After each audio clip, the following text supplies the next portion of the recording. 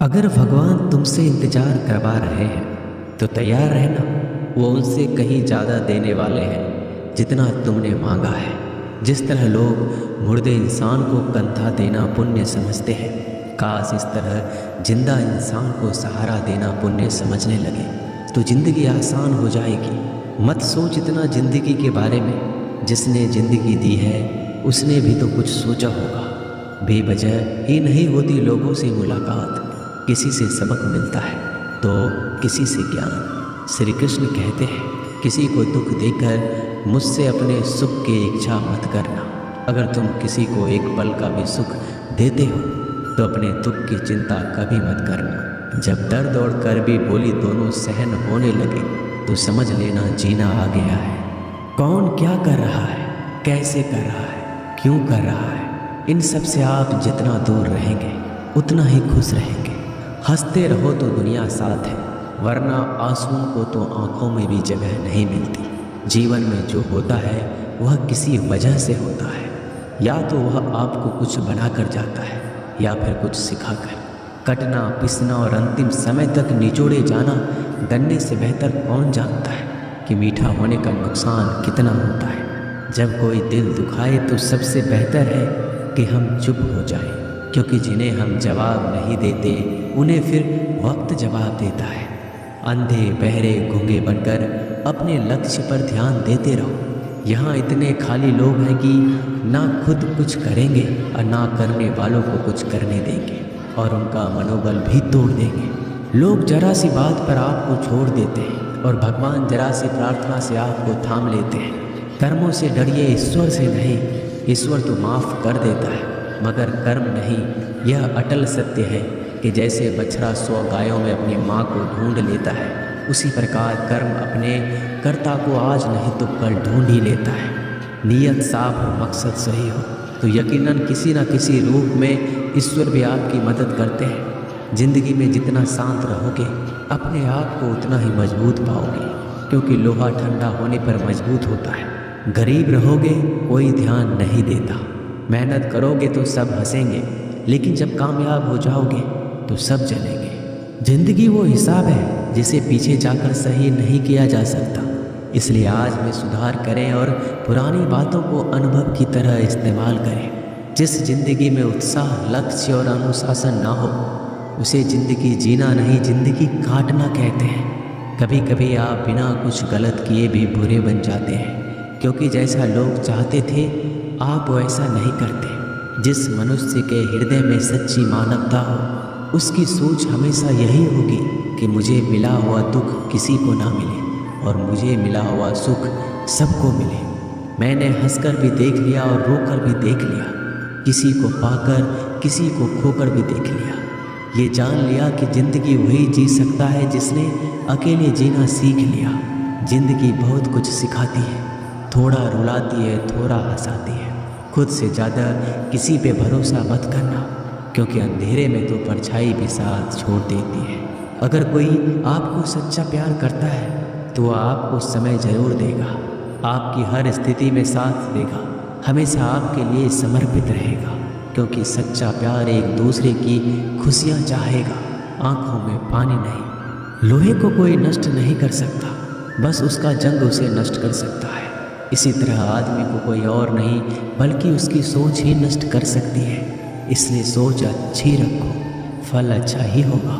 इतना कमज़ोर मत बनो कि कोई भी आपको तोड़ सके, बल्कि इतना मजबूत बनो कि आपको तोड़ने वाला खुद ही टूट जाए। दर्द आपको मजबूत बनाता है, डर आपको बहादुर बनाता है, अनुभव आपको सिखा देता है। जिस दिन हम समझ जाएंगे कि सामने वाला गलत नहीं, सिर्फ आपकी सोच हमसे अलग है, उस दिन जीवन में सब दुख दूर हो जाएंगे। क्यों रोते हो?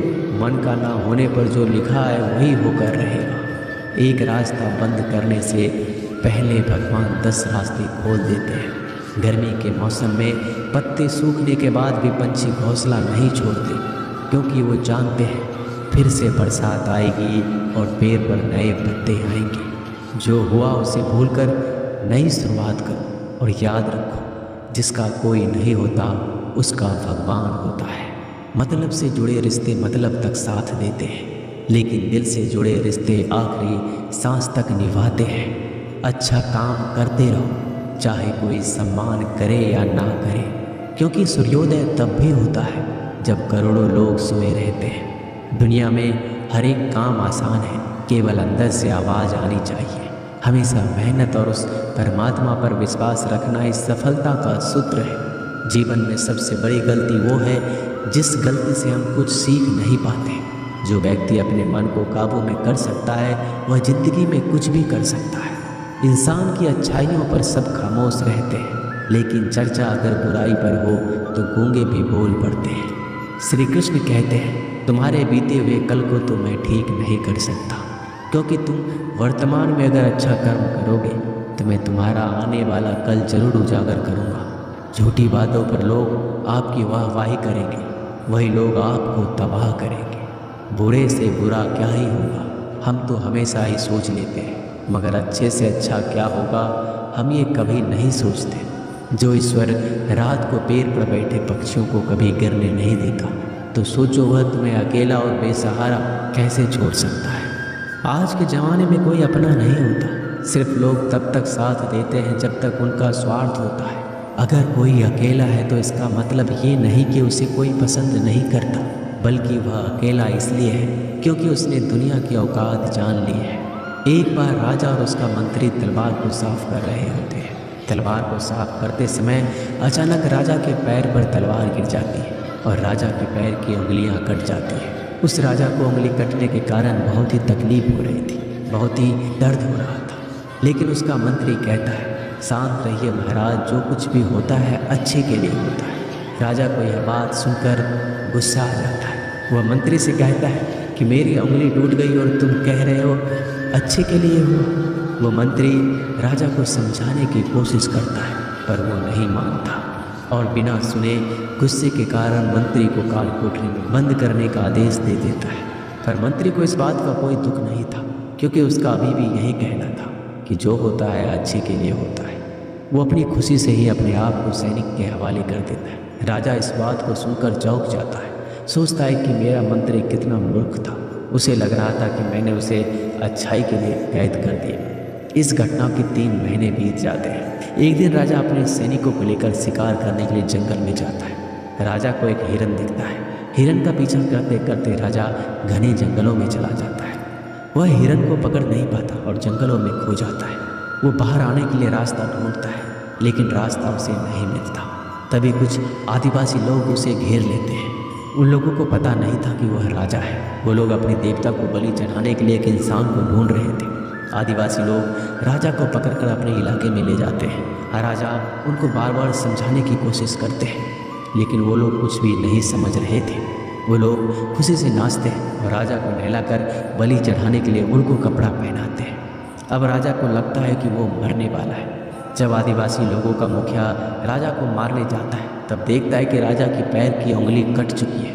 इसको देखकर उसका मुखिया कहता है कि इस इंसान की बलि नहीं दी जा सकती, क्योंकि ये इंसान पूरा नहीं है, एक अंग कटा हुआ है और उनके भगवान को एक पूरे इंसान की बलि ही दी जा सकती है। अगर ऐसे इंसान की बलि दी जाए जिसका अंग पहले से कटा हुआ है, तो उनके देवता खुश होने की जगह नाराज हो जाएंगे। फिर वो लोग राजा को छोड़ देते हैं। राजा खुशी खुशी अपने महल चला जाता है और सोचता है, अगर मेरी उंगली उस दिन ना कटी होती तो आज मेरी मौत हो जाती। इसका मतलब मंत्री सही कह रहा था, जो कुछ होता है अच्छे के लिए होता है, कि जो भी हमारे जीवन में होता है वो अच्छे के लिए होता है।